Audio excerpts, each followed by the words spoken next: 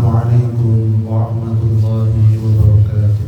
Waalaikumsalam warahmatullahi wabarakatuh. Innal hamdalillah nahmaduhu wa nasta'inuhu wa nastaghfiruh wa na'udzu billahi min shururi anfusina wa min sayyiati a'malina. Asyhadu an la ilaha illallah wahdahu la syarika lah wa asyhadu anna Muhammadan abduhu wa rasuluh. Amma ba'd, wa ma ubarri'u nafsi innan nafsa la'ammaratun bisu'i illa ma rahima rabbi inna rabbi ghafurur rahim.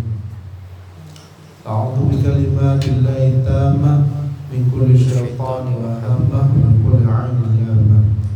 Alhamdulillah, Bapak dan Ibu sekalian yang dirahmati Allah, bersyukur kita kepada Allah Subhanahu wa taala atas segala nikmat yang diberikan kepada kita sekalian.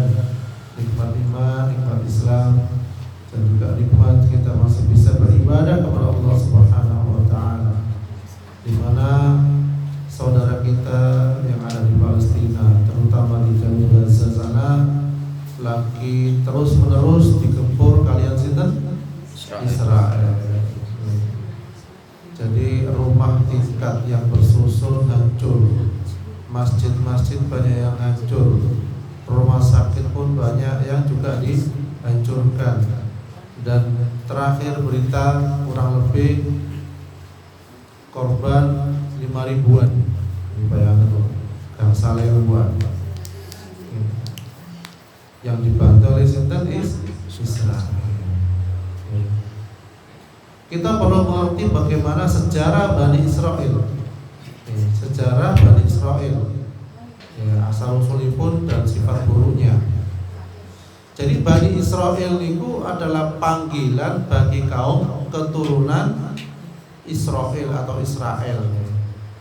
Tengah Al-Quran itu Yakub itu, Nabi Yakub itu disebut dengan nama Israel. Maka lek Bani Israel itu berarti anak cucu nipun sinten? Nabi Yakub. Di tengah Al-Quran itu juga diceritakan bahwasanya kaum niki, kaum Bani Israel niki disebut kaum sing gada keunggulan dari umat yang lain. Karena pun niki janji Allah ya, selama mereka turun berpegang kepada ajaran Allah. Dalam Al-Quran surat Al-Baqarah diceritakan, hai Bani Israel, ingatlah akan nikmatku, ingatlah akan nikmatku yang telah aku anugerahkan kepadamu, dan ingat pula bahwasanya aku telah melebihkan kamu atas segala umat. Diparingi nikmat sing kata dikengken eling kalian Allah supados bersyukur. Menurut tafsir Ibnu Katsir, alasan kaum ini gak ada keunggulan adalah karena Allah Subhanahu wa taala mengutus nabi-nabi dan menurunkan kitab-kitab kepada mereka. Jadi Israel sendiri itu merupakan nama lain dari Nabi sinten? Nabi Yakub alaihissalam. Yakub niku sinten? Putranipun Nabi Ishak. Lho Nabi Ishak niku sinten? Nabi Ishak niku adalah anak kedua dari Nabi sinten? Nabi Ibrahim alaihissalam. Sing dijuluki dengan bapak para nabi niku Nabi Ibrahim. Dari garis keturunan ini maka lahir yang bernama kaum Bani Israel. Jadi kita tinggali sejarah Bani Israel itu. Jadi Nabi Ibrahim itu memiliki putra yang bernama Ismail dan Ishak. Ismail kemudian menjadi nenek moyang bangsa Arab, sedangkan Ishak niku bapak Nabi Yakub menjadi nenek moyang bangsa Yahudi. Jadi Israel ini merupakan istilah dari bahasa Ibrani, saking bahasa Ibrani, yang berarti yaitu Isra, yang artinya hamba atau kekasih, dan El berarti nama Tuhan. Jadi Israel itu hamba Allah atau kekasih Allah. Dari Abdullah. Jadi dari istrinya Nabi niki istrinya niku Yakub niku memiliki 12 putra, yakni sinten mawon namanya Ruben, Simon, Lewi, Yehuda, dan Naftali, Gad, Asher, Isakar, Zebulon, Yusuf dan Benyamin. Ini namanya anak-anak ini. Soalnya bahasa apa Ibrani. Dan mesti di antara 12 anak ini sing rukun kabeh niku langka. Nggih mboten? Putranipun Nabi mawon niki pun juga mengalami hal yang demikian. Nabi Yusuf niki boten disenengi kalian derek-dereke, tidak disukai kalian saudara-saudaranya, hingga Nabi Yusuf niki dijual kepada seorang sinten musafir. Ya. Oleh musafir niku dijual ke Mesir, didol diuncal-uncal ning kantos bareng boten kangge. Jadi setelah melalui masa-masa yang penuh penderitaan, jadi Nabi itu boten enak langsung jadi Nabi boten. Ujiannya nggih kuwata lebih kata Nabi daripada kita. Tapi sering lek tiyang niku dihimutaken Nabi lalu yo Nabi, awak dhewe kan dudu Nabi lah, ngoten niku. Jadi setelah mengalami masa-masa yang sulit, masa-masa yang boten enak, ya, katakanlah Nabi Yusuf itu akhirnya menjadi raja muda. Jadi setelah waktu di penjara kurang lebih 10 tahunan pada waktu itu. Jadi saat masa paceklik melanda Mesir dan kawasan sekitarnya, Nabi Yakub dan keluarganya hijrah ke Mesir atas undangan sinten Nabi Yusuf. Jadi mereka tenggeriko mulai membangun kehidupan sing baru dan beranak pinak tenggeriko. Jadi lahirlah kelompok yang dikenal sebagai Bani Israel atau keturunan Israel.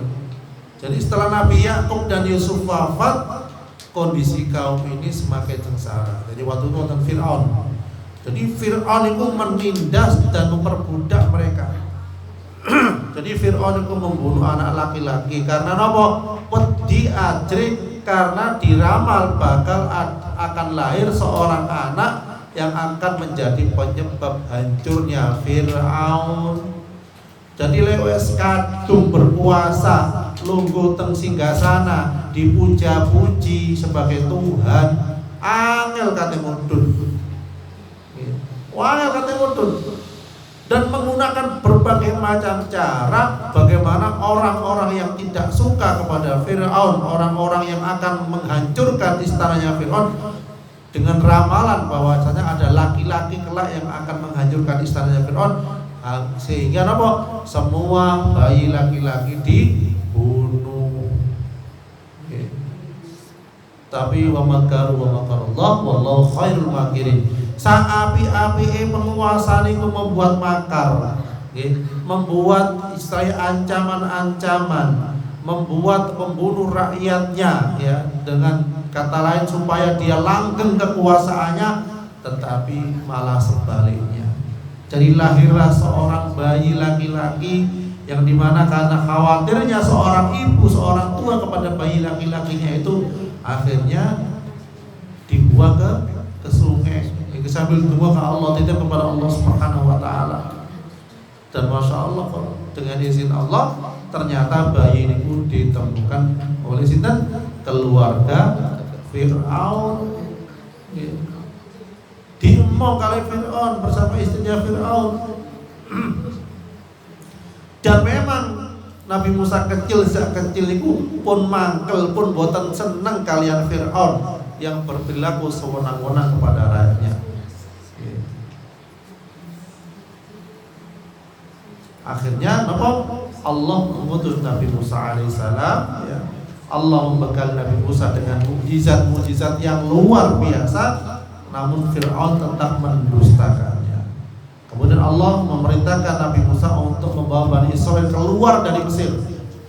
Ya, jadi mereka dikejar oleh Fir'aun dan pasukannya, namun atas izin Allah Subhanahu wa taala, Nabi Musa dan kaumnya dapat menyeberangi Laut Merah. Dalam surat Thaha disampaikan yang artinya, dan sungguh telah kami wahyukan kepada Musa pergilah bersama hamba-hambaku Bani Israel pada malam hari dan pukullah, buatlah untuk mereka jalan yang kering di laut itu. Engkau tidak perlu takut akan terusul dan tidak perlu khawatir akan tenggelam. Itu perintah Allah. Ketika dikejar di tepian laut, bingung pada nyebrang untuk perahu, tapi Allah memerintahkan memukul dengan tongkatnya sehingga terbukalah jalan. Jadi kelebihannya masya Allah, ya, diberikan kelebihan yang banyak. Akhirnya apa? Fir'aun dan pasukannya ikut menyeberang. Namun setelah Nabi Musa dan kaumnya sampai di tepi Laut Merah, kembali seperti semula, balik lautnya.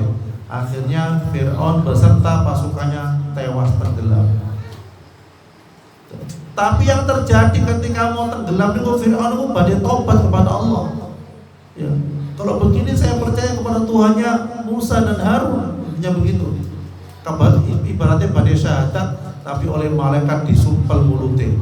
Karena apa? Andai kata gampangannya syahadat, menyatakan keislamannya gampangannya, Allah akan terima walaupun kejamnya ketos-ketos. Karena Allah Maha Pemurah Pemaaf.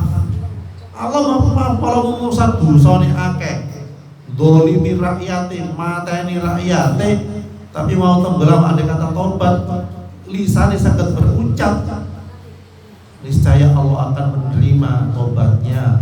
Karena Allah Maha Pemaaf. Tapi malaikat digregeten sumpel kali tanah mulutnya ini gua.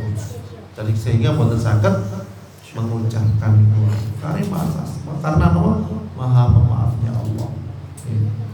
Kemudian lanjut kekufuran Bani Israel ini. Jadi Bani Israel itu sampun menyaksikan berbagai macam bukti kebenaran Nabi Musa. Mereka dibebaskan dari kekezaman pengusaha zalim, ya, menyaksikan mukjizat tongkat yang berubah menjadi ular, melihat lautan terbelah dan menenggelamkan Fir'aun bersama pengikutnya. Namun beberapa kaum ini tidak mengambil pelajaran, mereka kufur kepada Nabi Musa karena terpengaruh oleh paham paganis. Paganis apa? Ya, jadi menyembah selain Allah Subhanahu wa taala. Tidak lama setelah kepergiannya, maksudnya Fir'aun insyaallah. Jadi Bani Israel membuat patung dari anak sapi, dari emas dan perhiasan untuk disembah. Jadi mereka bahkan mengancam untuk membunuh pemimpin mereka jika dihalang-halangi. Sampai ngoten. Indamel sapi dari emas dan perhiasan untuk disembah, bayangkan. Ibaratnya kebodohannya luar biasa. Alhamdulillah. Ya. Ketika Nabi Musa kembali, ia sangat marah. Terus ditunjuk nolot Fir'aun ya tenggelam, lautnya sangat dibelah. Saat ini ditunjuk akan ngoten. Banyak dong buat mengikuti ya. Kata wong teng Probolinggo sing iso anak apa duit iso bertambah banyak, akeh sing melu akeh korbane barang. Lah nomale belah laut gitu. Dan lain banyak mukjizatnya itu. Ya. Akhirnya Nabi Musa itu membakar patung dan membuangnya ke laut. Ya. Namun karena kecintaan Bani Israel pada patung anak sapi itu, mereka meminum air laut. Bayangkan, wis gawe patung, nggih. Patungnya oleh Nabi Musa dibuang ke laut, tapi karena kecintaan Bani Israel kepada anak sapi tadi, patung niku wau, air lautnya loh sampai diombe, wasin padahal. Akhirnya Bani Israel pada waktu itu terkena penyakit. Nama penyakitnya kuning dan bisul. Jadi Nabi Musa itu memerintahkan kepada Bani Israel itu, kepada kaumnya agar tunduk kepada Taurat pada waktu itu. Namun mereka menolaknya. Ya, kami mendengar dan kami durhaka. Ya, sami'na wa ata'na. Harusnya kan sami'na wa ata'na. Kami mendengar dan kami taat. Jadi sampai kota itu. Jadi kejadian-kejadian kota itu tidak menggerakkan hati Bani Israel. Mesti kayak penyakit pacet. Dan sami kasus tentang Palestina kota itu. Biar datang ke Palestina cekeran gampangan. Nyuwun tentang Palestina, rakyat Palestina. DKI tanah kedik saaken. Tapi setelah mereka berkuasa, punya kekuatan sedikit demi sedikit grogoti. Jadi sifat dahulu sampai sekarang tasik wonten digrogoti terus difitnah, Hamas difitnah. Tapi alhamdulillah perkembangan selanjutnya dari mereka banyak korban, tetapi yang diberitakan itu sedikit, cuma 1000 sekian, padahal bisa jadi lebih banyak mereka korbannya. Jadi kata, dan mereka lincinya ya mengajak sekutu-sekutunya, Amerika, Uni Malik, Jerman dan lain-lain. Karena orang Yahudi itu, Zionis itu ada di mana-mana, termasuk ya bisa jadi barang-barang mereka juga banyak di Indonesia. Merasakan boikot. Nah terus maling kisah-kisah yang terbaru yang kita dapatkan dari Gaza adalah yang dibombardir, banyak reruntuhan dan banyak jenazah-jenazah syahid yang masih belum bisa diambil di reruntuhan. Dan pernah di rumah sakit itu wonten jenazah, salah satu jenazah yang diambil. Dan jenazah niku sampun 3 hari di dalam bangunan. Ketika 3 hari diambil tidak berbau busuk. Dan masya Allah darai kadose tasik ngembes. Dan yang lebih menarik lagi ternyata darah ini baunya harum, masya Allah. Jadi sampai yang ngerikon itu yang Palestina dulit ibaratnya, demok, gocei, megang darah ini dia wangi. Bahkan untuk jenazah juga wanginya sampai memenuhi rumah sakit, masya Allah, saking harumnya. Dan insya Allah ini salah satu ciri mati syahid. Mati syahid itu termasuk yang terkena reruntuhan itu mati syahid, tenggelam di mati syahid, kena wabah di mati syahid, peperangan terutama itu mati syahid. Ya, jadi lah apa yang kita harapkan, kita pun juga pengen bercita-cita mati syahid, walaupun tidak dalam peperangan. Jadi ibu-ibu panjenengan milih putih. Umpama ketika Allah mencabut diri kita niki kondisine sedang membaca Al-Quran, mendengarkan Al-Quran, napa nonton sinetron. Ayo pilih. Nggih ta? Berarti siap make nggih. Oke. Karena nama seseorang itu akan dipanggil oleh Allah, akan dicabut oleh Allah sesuai dengan kebiasaannya. Lek kebiasaan ngaji, insya Allah akan dicabut ketika ngaji. Lek kebiasaan dangdutan, lah itu jatuhnya copot pas waktu itu langsung dret. Nah, pun malaikat itu ngoten niku. Jadi ngoten. Kalau kita senang dipanggil Allah ketika ngaji, ketika sholat, ketika baca Quran, ketika zikir kepada Allah Subhanahu Wa Taala, monggo kita biasakan niku. Insya Allah makai husnul khotimah. Siap ya ibu ya? Insya Allah. Makai? Oh makai zikir maksudnya bu. Jadi konten ya.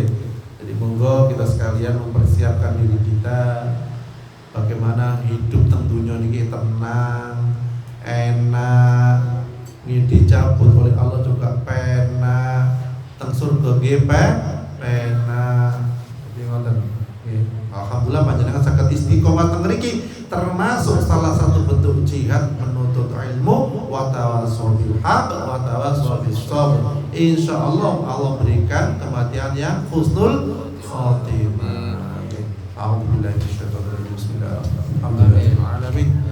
Allahumma anzil rahmata wal maghfirata wasyafa'ata wan ni'mata ila arwah jannah kubur minal muslimina wal muslimat wal mu'minina wal mu'minat wa rafa'lahum darajat wa dha'if lahum hasanat wa kafir anhum sayyi'at wa adkhilhum jannata ma'al aba'i wal ummahat. Ya ayyatuhan nafsul mutmainnah irji'i ila rabbiki radiyatan mardiyah مرضية فادخلي في عبادي وادخلي جنتي. ربنا اللهم انصر إخواننا المجاهدين في فلسطين، اللهم انصر إخواننا المجاهدين في فلسطين، اللهم انصر إخواننا المجاهدين في فلسطين، في سوريا، في روهينيا، في أوغور، في إندونيسيا، في إنديا، وفي كل مكان.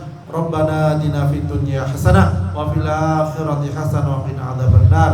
وصلى الله على محمد وعلى آله وصحبه وسلم والحمد لله رب العالمين.